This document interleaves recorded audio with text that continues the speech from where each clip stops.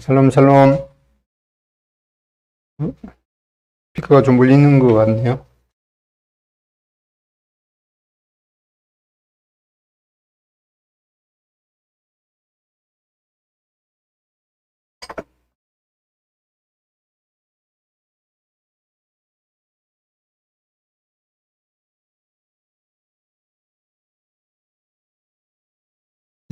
몇 주 전에 우리 교회 그 부서 책임을 맡은 형제님들의 회의가 있었는데, 그 회의 내용 중에 하나가 그 교회 리더십이 다음 세대까지 잘 계승되어야 하기에 집사 직분과 그리고 특히 그 다음 세대를 담당할 그 장로 직분도 주님께서 보여주시기를 기도하기로 했습니다.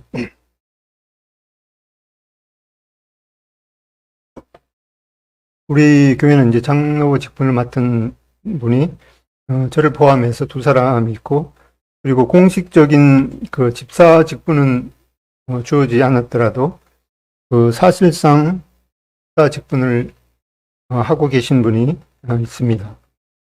그 집사라는 말을 그 단어가 의미하는 그 디아코노스는 섬기는 자 또는 그 일꾼 등을 의미하기 때문에 그 부서를 책임지고 맡고 있는 그런 분을 이제 집사라고 할 수가 있습니다. 그리고 넓은 의미에서는 자매님들의 경우에도 최소한 예찬을 책임지고 할 수 있는 그런 분은 이제 여사 집사에 준한다고 할 수가 있습니다. 로마서 16장 1절에 보면은 그 베베라는 그 자매님이 있었는데 그분이 겐그레아 그 교회의 일꾼으로 칭해졌습니다. 즉 집사로 불리기도 했습니다. 그리고 이제 디모데전서 3장 같은 경우에 보면 어떤 사람이 그 장로와 집사의 직분을 맡아야 되는지 그 인격적인 기준을 제시하고 있습니다. 오늘은 특히 사도행전 1장에서 이 가롯 유다의 빈자리를 누가 채울 것인가 하는 그 제목의 말씀을 통해서 교회에서 특별히 책임을 맡은 사람을 어떻게 세울 것인지 살펴보겠습니다. 또한 이 시대에도 남녀노소 가리지 않고 하나님께서는 하나님의 필요를 채울 사람을 찾고 계시는데 내가 하나님의 그런 특별한 이 작은 그런 분야의 일일지라도 하나님 앞에 어떻게 응답할 것인가라는 것을 생각해 보는 시간을 갖겠습니다. 지난번에 그 예배에 대한 말씀을 드릴 때에도 하나님께서는 지금도 영과 진리로 하나님 앞에 예배드리는 자를 하나님께서 지금도 듣고 계시다고 말씀드렸는데, 그런 부르심에 응답해서 향유옥합을 깨뜨려서 주님께 드린 그런 여인이 대대로 주님의 칭찬을 받는 그런 예를 보았는데, 오늘도 이 남녀노소 가릴 것 없이 이렇게 주님의 그 귀한 부르심과 또 찾으심에 응답하는 그런 기회가 되었으면 합니다. 먼저 사도행전 1장 12절로 26절 말씀을 읽겠습니다. 사도행전 1장 12절부터입니다.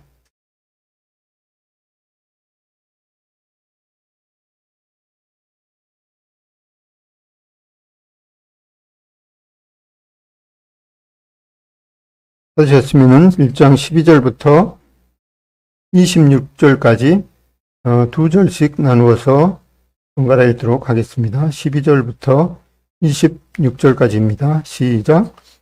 제자들이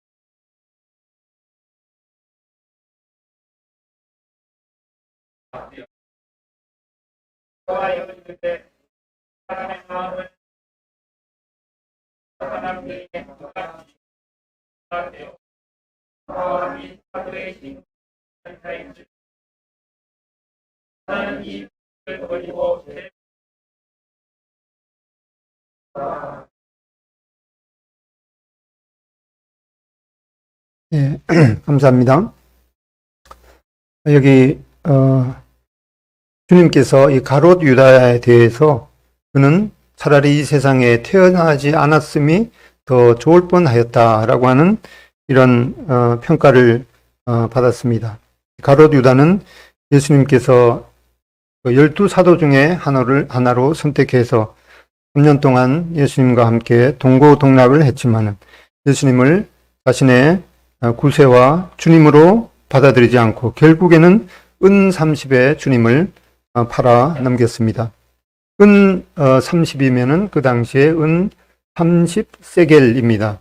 지금은 그 이스라엘의 화폐 단위가 지금도 세겔인데 한 세겔이 한 300원 정도 됩니다. 근데 그 예수님 당시에는 이 한 세겔이 그 4데나리온에 해당했습니다. 그러니까 30세겔이면은 120데나리온이 됩니다. 그때 데나리온은 노동자 이 하루 품삯이기 때문에 뭐 요즘 그 노동자 그 품삯하고 그때하고 값어치는 조금 이제 틀리겠습니다만은 그래도 이제 요즘 노동자의 하루 품삯이 뭐 15만 원 뭐 그렇게 되는 것 같은데 한 10만 원만 계산해도 이 120 데나리오면은 약 1200만 원이 됩니다. 그러니까 가롯 유다는 예수님을 1200만 원에 팔아 넘겼습니다. 생각보다 비쌉니까? 아마 그렇게 생각하시는 분이 혹 있으실 것 같아요. 아무튼 이 마태복음 27장에 보면은 이 가롯 유다는 나중에 그 예수님을 이제 팔아 넘긴 것에 대해서 뉘우치고 그가 받았던 은 30세기를 성전에 원래는 이제 대제사장한테 반납하라니까 그거 나하고 상관없다. 너가 당하라. 이렇게 하니까 그 은 30세기를 성전에다가 그 던지고 물러가서 스스로 목매어서 자살했다라는 말씀을 마태복음 27장에 기록해 주고 있습니다. 그러면 가롯 유다가 뉘우쳤다고 하니까 회개한 겁니까? 근데 뉘우쳤다고 하는데 그런데 회개라는 말을 이제 한자로 물론 이제 뭐 원어도 있겠지만은 쉽게 생각해서 회개라는 말의 뜻을 생각해 보면은 우리 진짜 1급 최고 자격증 가진 친구가 어디 있나? 아무튼 이 회개라는 말은 이제 뉘우칠 회에다가 고칠 개입니다. 그러니까 이 가롯 유다가 뉘우치기는 했으니까 회까지는 했죠.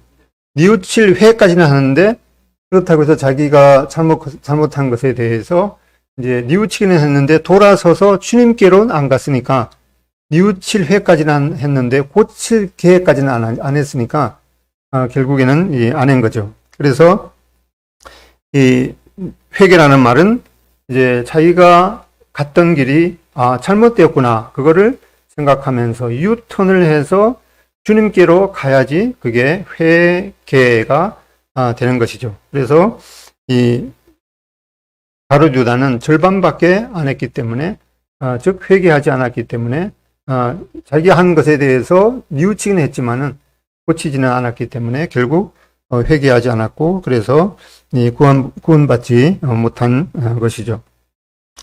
그래서 우리가 회개하고 주님을 믿는다는 것은 하나님 없이 가던 길을 이제 그것이 잘못되었다는 것을 뉘우치고 하나님께 돌아서야 하는 것이 중요한 것이죠. 그래서 사도행전 3장 19절에도 회개하고 돌이켜 죄 없이 함을 받으라 라고 말씀하고 있습니다. 또한 사도행전 20장에 보면은 하나님께 대한 회개와 또 우리 주 예수 그리스도에 대한 이 믿음을 고백할 것을 말씀했습니다.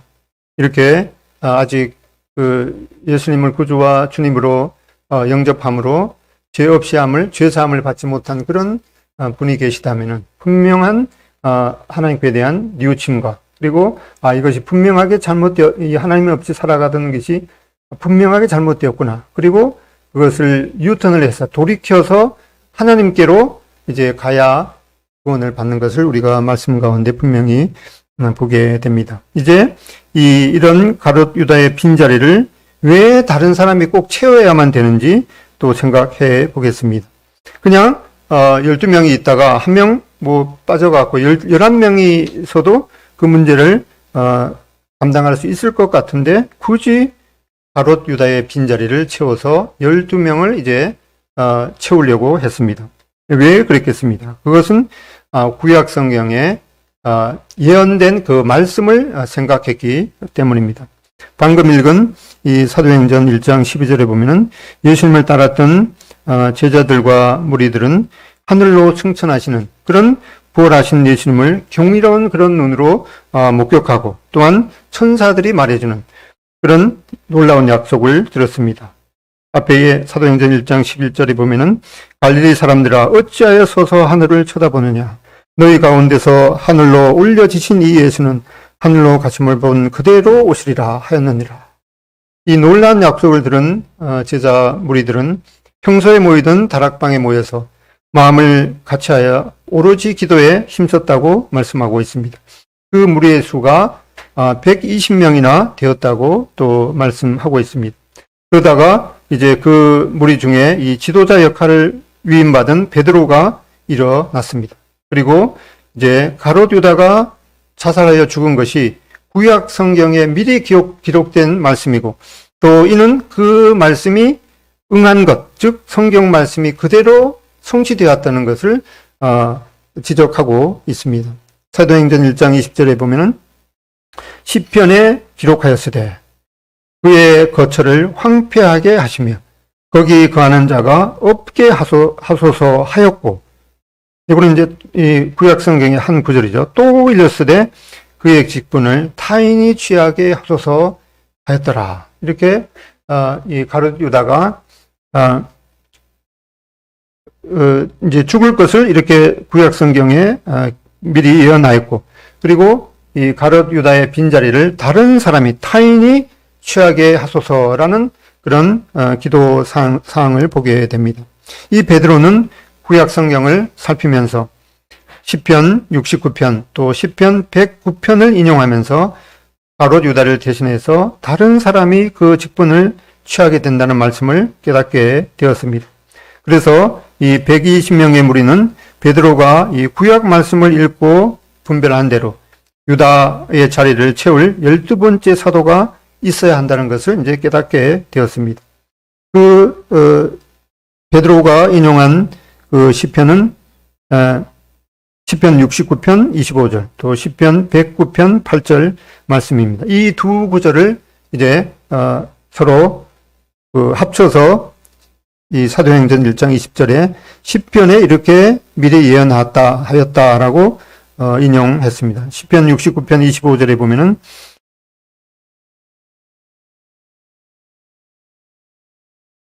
그들의 거처가 황폐하게 하시며 그들의 장막에 사는 자가 없게 하소서. 이렇게 그 앞에 그 시편 사도행전 1장 20절에 전반절에 있는 그 말씀이 인용되었습니다. 그리고 시편 109편 8절에 보면은 그의 연수를 짧게 하시며 그의 직분을 타인이 빼앗게 하시며, 이제 가롯 유다의 그 생애를 이렇게 그 짧게 하시고 그의 직분을 타인이 취하게 된다라는 그 예언의 말씀을 베드로가 인용했습니다. 이렇게 이 가롯 유다의 빈자리를 채워서 12명을 채워야 되는 것은 구약 성경에 미리 기록되어 있다는 말씀을 이제 베드로가 깨닫게 되고, 이 말씀대로 이 가롯 유다를 대신할 이 다른 사도를 이제 세워야 된다라는 것을 이제 무리 가운데 말씀했습니다. 그러면은 그 어떤 사람을 어떻게 이 12번째 사도로 뽑을 것인가에 대해서 베드로는 이 기준을 제시합니다. 즉, 이 새로운 사도가 될 수 있는 그 자격 기준 두 가지를 말씀하고 있습니다. 21절에 보면은 이러함으로 요한의 세례부터 우리 가운데서 올려져 가신 날까지 주 예수께서 우리 가운데 출입하실 때, 특히 22절 항상 우리와 함께 다니던 사람, 이 기준을 말씀하고 있습니다. 항상 우리와 함께 다니던 사람 중에 하나를 세워 우리와 더불어, 그리고 두 번째는 예수께서 부활하심을 증언할 사람이 되게 하여야 하리라 하거늘. 그래서 특히 22절 말씀을 보면은 그 첫 번째 조건은 항상 우리와 함께 다니던 사람이어야 된다라고 베드로는 지적하고 있습니다. 예수님이 이 땅에 계실 때 예수님과 함께 했던 사람들 가운데 선택되어야 함을 말씀하고 있습니다. 근데 누가복음 그 10장에 보면은 예수님께서는 이 12사도 외에는 달리 70인을 세우시고 둘씩 마을로 보내셔서 하나님 나라를 전파하도록 명령했습니다. 그리고 그 둘씩 나갔던 이 70인이 예수님께 돌아와서 이제 보고하기를, 예수님, 우리가 주님의 이름으로 전도하다가 보니까 주님의 이름에 귀신들도 굴복하더이다. 정말 놀라운 일임에 틀림이 없습니다. 이렇게 보고하자 주님께서는 누가복음 10장 19절에 내가 너희에게 뱀과 정갈을 밟으며 원수의 모든 능력을 제할 권세를 주었는데 너희를 해칠 자가 결코 없으리라. 그렇지만은 귀신이 너희에게 굴복하는 것으로 기뻐하지 말고 너희 이름이 하늘에 기록된 것으로 기뻐하라. 이렇게 말씀하셨습니다. 여기 가롯 유다의 빈자리를 채운 이 마띠아는 70인의 제자 중에 하나였다고 역사가 유세비우스는 증언하고 있습니다. 그리고 두 번째 조건은 22절 후반에 있는 대로 예수님의 부활을 목격한 자여야 했습니다.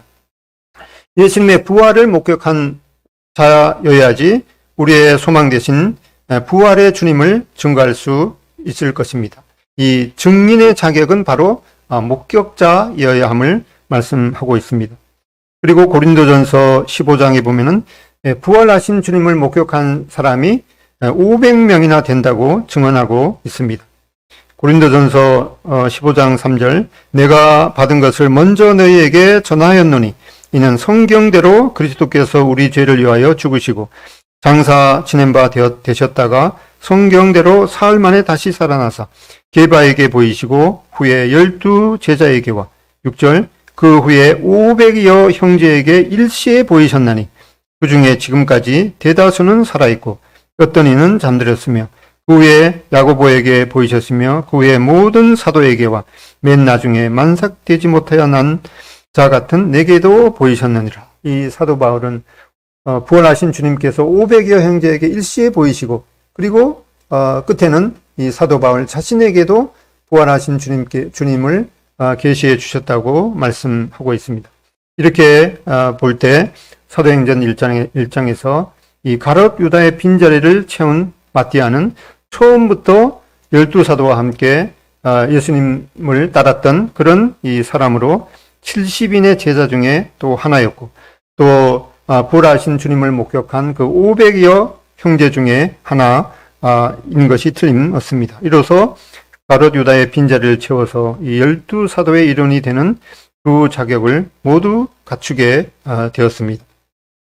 이러한 말씀을 통해서 교회나 특히 교회 집사나 특히 장로는 교회에서 이 한 교회에서 가급적 이 오래 함께한 자를 세우는 것이 합당한 기준을 보게 됩니다.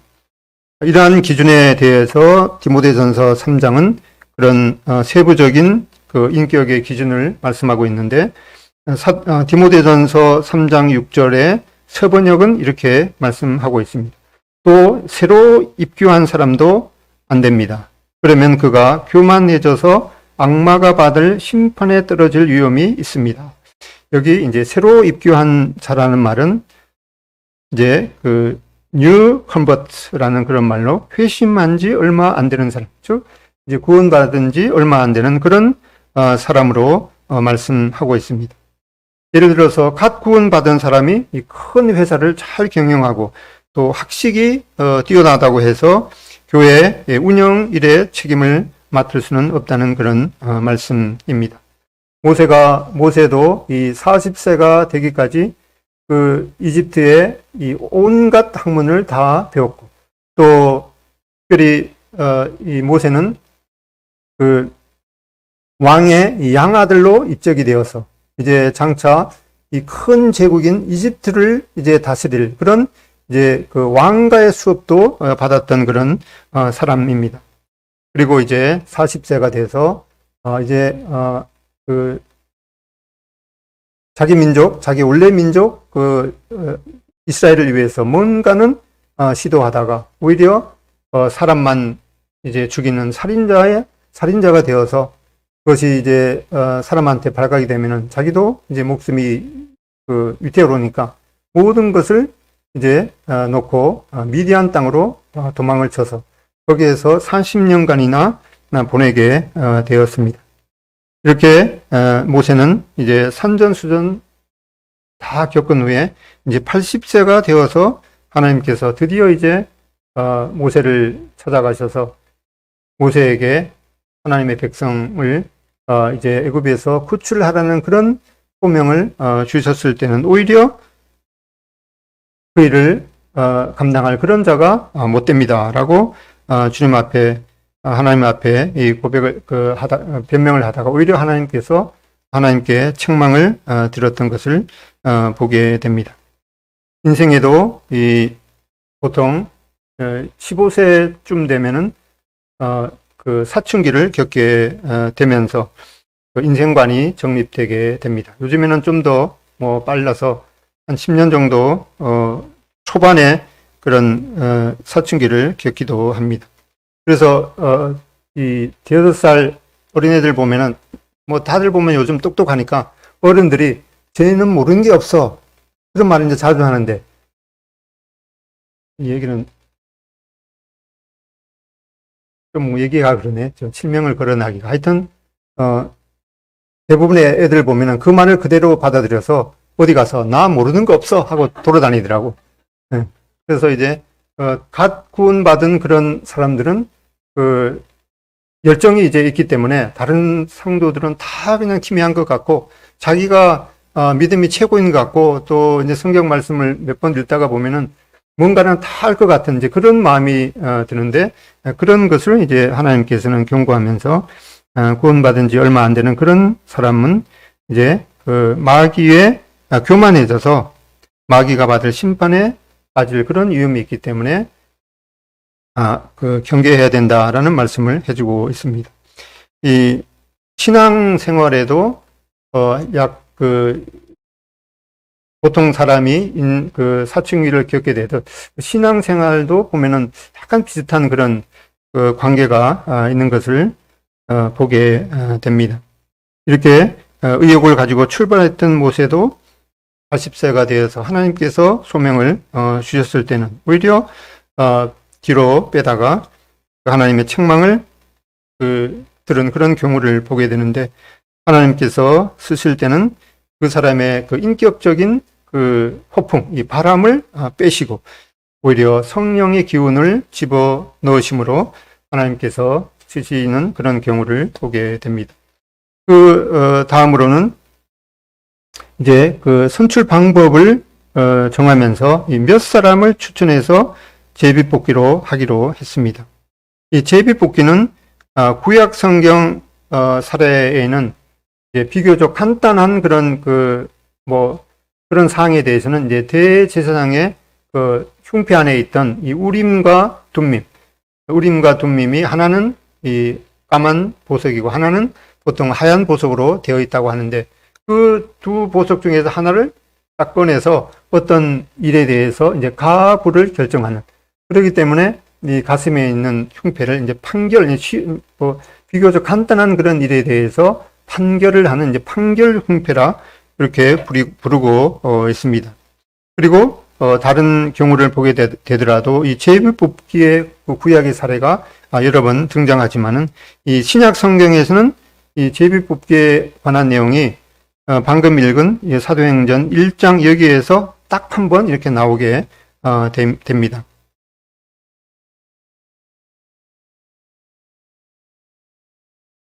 그 이유는 아마 이 초대 교회에는 지금 우리가 갖고 있는 이 완전한 그 정경이라고 그러죠. 구약 39권, 신약 27권으로 된 신구약전서 66권으로 된 이 정경이 있었던 것이 아니라 오직 이 구약 성경의 이 두루마리의 그런 낙권으로 된 구약 성경만 가지고 있었습니다.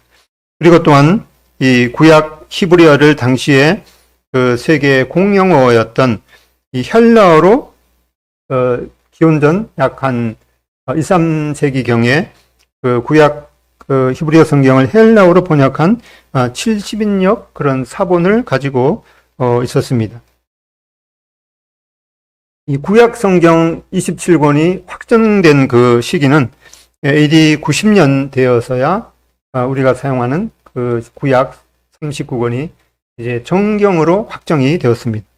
AD 90년 이 얀니아라는 곳에 그 장소에서 그 공회가 열려서 구약 39권을 확정했고, 또 신약 27권은 거의 이제 AD 400년쯤 되어서 400년에서 3년 전에, 즉 AD 397년 이 카르타고라는 그 장소에서 그 확정이 되었습니다. 이렇게 그 당시에 이 초대교회 성도들은 지금처럼 이렇게 완성된 신구약 성경 66권을 읽으면서 성령의 조명을 받을 수 있는 그런 최선의 방법을 따를 수가 없었던 거죠. 더구나 이 사도행전 우리가 1장을 읽었던 이 내용은 아직 사도행전 2장에서 이제 성령 강림이 있기 그 전이기 때문에 더욱 이 성령의 조명을 받을 수 없었기 때문에 이렇게 그 제비뽑기를 한 것으로 우리가 분별할 수 있습니다. 잠언 16장 33절에 보면은 제비는 사람이 뽑으나 모든 일에 작정하기는 여호와께 있느니라, 이렇게 말씀하고 있습니다. 얼마 전에 우리나라 그 대통령 선거에 대한 그런 결과가 있었는데, 국민의 절반이 이제 거의 절반이 이렇게 나누어지게 되었습니다.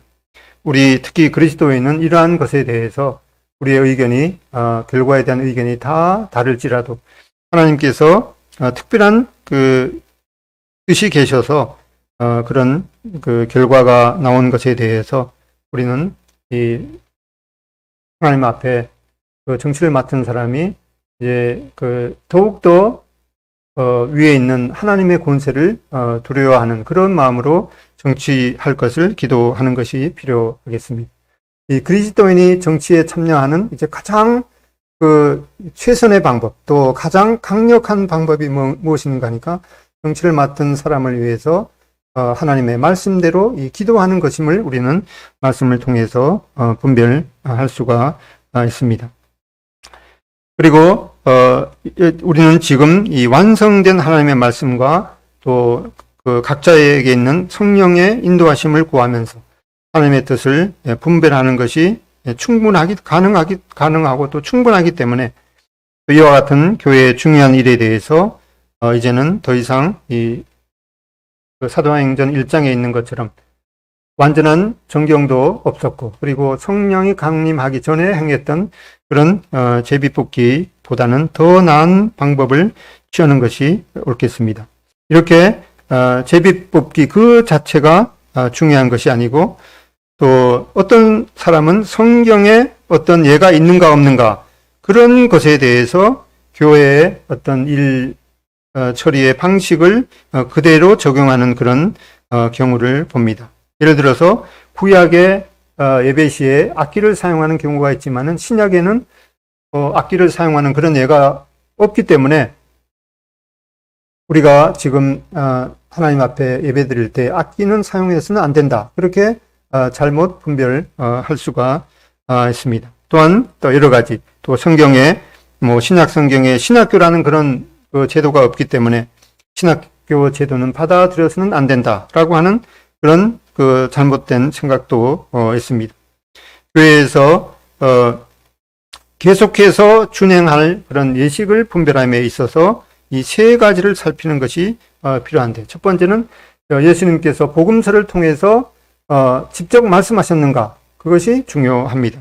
그리고 이 사도행전을 통해서 초대교회가 그러한 예식을 준행했는가, 그리고 세 번째는 서신서를 통해서 그것을 계속해서 지키도록 교리적으로 말씀하셨는가, 이 세 가지를 충족해야 지금도 계속 준행할 그런 예식으로 받아들일 수가 있습니다.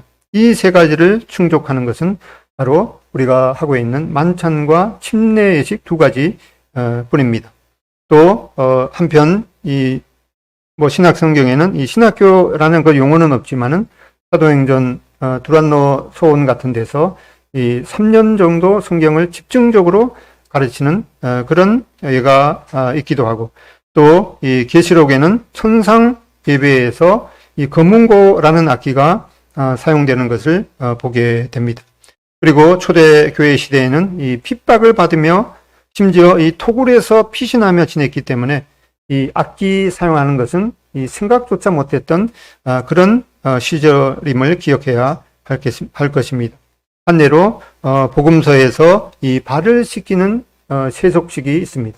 너희도 이와 같이 발을 서로 씻기라, 주님께서 분명히 그렇게 말씀하셨는데, 이 사도행전에서는 초대교회가 그 세족식을 행한 예가 없습니다. 더더욱 서신서에서 그런 세족식에 대해서 이 강조하는 그런 경우가 없기 때문에 우리는 이 세족식을 교리화하지는 않는 것입니다.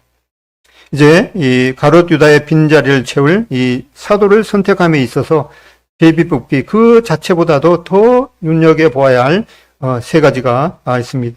첫 번째는 하나님의 말씀입니다.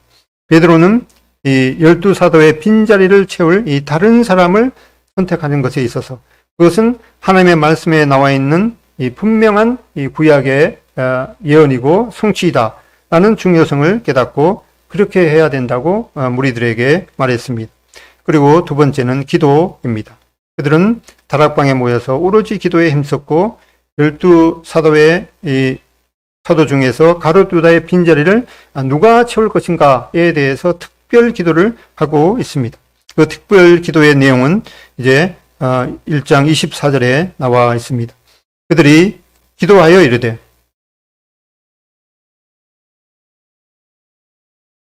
뭇사람의 마음을 아시는 주여, 이 두 사람 중에 누가 주께서 택하신 바 되어 봉사와 및 사도의 직무를 대신할 자인지를 보이시옵소서.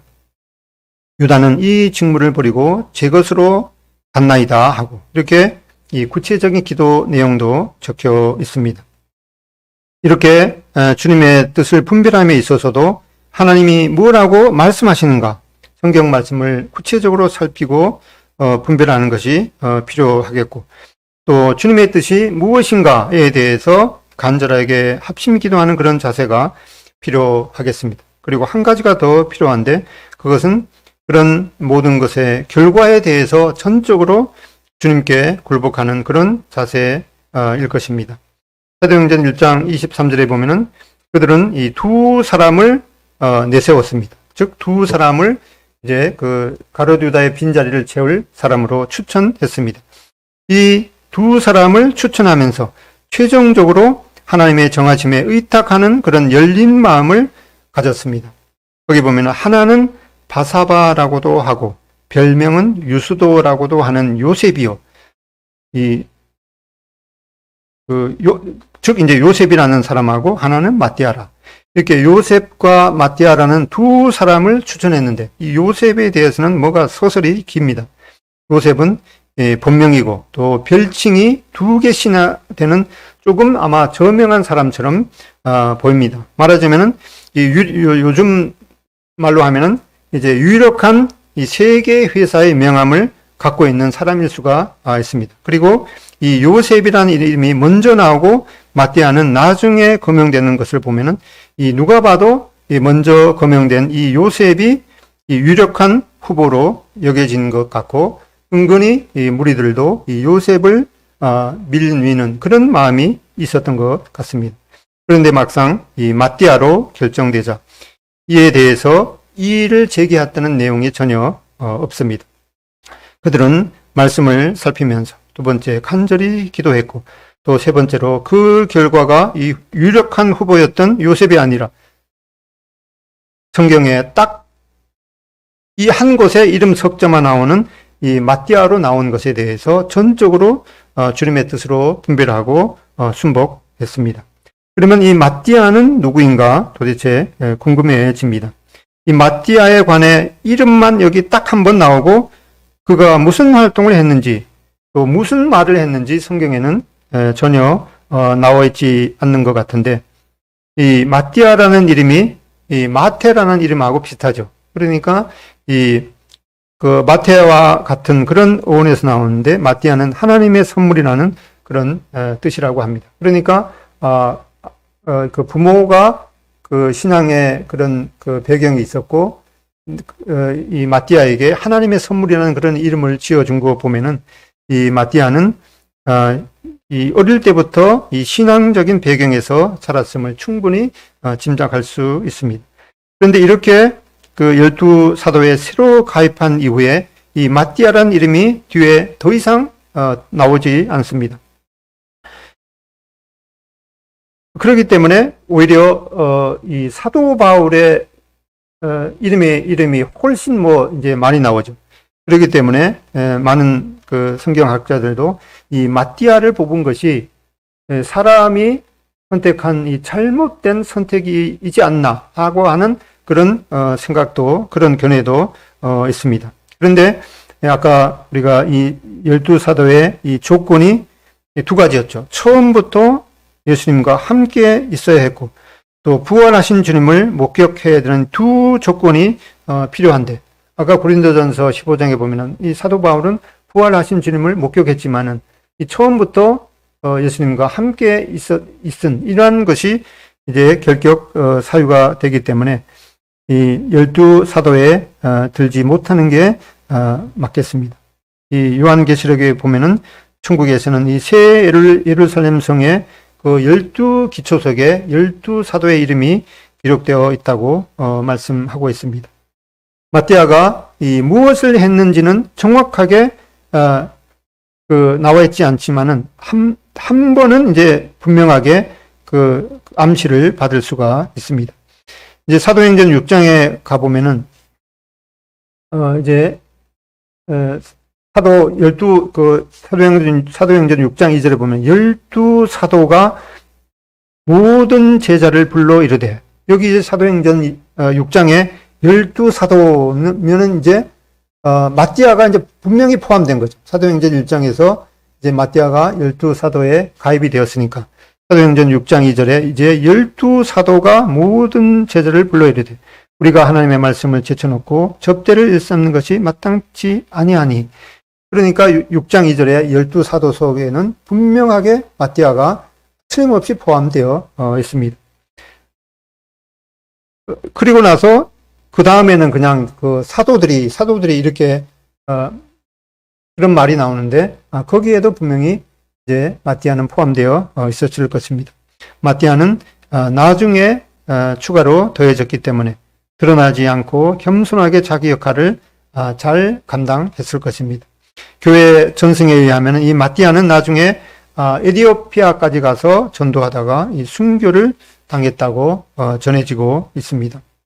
여기 12사도 빈자리를 채우는 방법에 있어서 사도행전은 그 성령이 임하기 전에 이 제비뽑기를 통한 그런 예가 있지만 그것은 정경이 완성되기 전이고 또 성령이 강림하기 전에 이 과도기적인 방법이기 때문에 제비뽑기나 이 투표 방식은 우리 교회에서는 하지 않고 또 서신서에 기록된 이 장로나 집사의 자격에 대한 말씀을 구체적으로 살피고 또 합심 또 기도하고 또 기존 장로회나 또 부서 책임자 회의를 통해서 결정될 것입니다. 사도 바울은 이 12사도의 명단에 포함되지는 않았지만 하나님께서 특별히 사용하신 그 이방인 전도를 위한 하나님의 그릇으로 택함을 입었습니다. 또한 그는 그 역할을 충실하게 감당하다가 나중에는 이제 그 도끼의 목이 잘리는 이제 그런 순교를 당했습니다. 이렇게 교회의 일을 효율적으로 하기 위해서는 이러한 직분을 이제 허락하시고 공적으로 우리 교회에서 이제 공인하고 또 책임을 분명하게 맡아서 일을 하도록 해야 할 것입니다. 하지만 교회 주님의 몸된 교회의 역할은 이렇게 드러나는 그런 그 사람 외에 보이지 않는 그런 역할이 더 중요할 수도 있다고 말씀하고 있습니다. 보이지 않는 지체가 더 귀하다라고 하는 그런 말씀을 우리는 고린도전서 11장을 통해서도 확인하고 있습니다. 흔히들 이러한 교회의 직분이 감투 하나 씌워주고 또 어깨에 힘주는 그런 식으로 생각하는 그런 교회들이 많이 있지만은 또 그런 직분을 할 사람의 이 자질을 살피지 않고 이 사람 저 사람 그 집사의 직분을 주는 예가 없지는 않지만은 우리는 성경 말씀을 자세히 살펴보면 이 교회의 직분은 자신을 헌신해서 다른 사람을 섬기는 자일 것입니다. 바로 이 집사라는 단어 자체가 섬기는 사람임이 그 이유일 것입니다. 그리고 이 선생이라 불리지 말라고 말씀하시고 이 가르치는 자가 더 책망을 받게 되는 자라고 말씀하셨습니다. 저도 말씀을 하고 나서 저를 뒤돌아보면은 이 찔림이 되는 그런 많은 경우가 있습니다. 제 자신이 먼저 준행하면서 말씀을 했는가, 또 가정에서 교회에서뿐만 아니라 가정에서 본이 되고 있는가, 또 아무도 보지 않을 그런 나 혼자만의 시간을 갖고 있을 때 그런 시간에서도 하나님 앞에 살고 있는가 자문하게 됩니다. 하나님께서는 이 남녀노소 누구든지 지금도 하나님의 일의 한 부분을 채우도록 부름을 받고 있으며 하나님께서는 오늘도 특별히 영과 진리로 예배하는 자를 찾고 계십니다. 그분의 눈은 땅을 두루 살펴서 진심으로 하나님께 또 전심으로 하나님께 마음을 향하는 자를 찾고 계신다고 말씀하셨습니다. 언제라도 하나님의 부르심에 응답해서 하나님이 그러한 하나님의 일에 합당한 자를 찾으실 때 제가 여기 있습니다 라고 하는 그런 순종의 응답을 다 하나님 앞에 드리는 그런 우리 모두가 되기를 소원합니다. 그리고 하나님께서는 주님의 이름으로 물 한 그릇 다른 사람에게 대접하면서 사랑의 섬김을 한 것에 대해서 결코 상을 잊지 않을 것이다 라고 약속하셨습니다.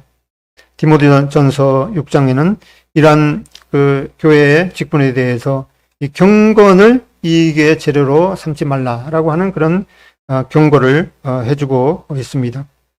마가복음 10장에 보면은 이 세베대의 아들 야고보와 요한은 이제 주님 앞에 요구하기를 이제 주님께서 영광 중에 계실 때 하나는 주의 우편에 하나는 좌편에 앉게 해 주십시오. 이렇게 말도 안 되는 요청을 했을 때 주님께서는 바로 너희가 구하는 것을 알지 못하는도다. 내가 마시는 잔을 너희가 마실 수 있으며 내가 받는 세례를 너희가 받을 수 있느냐.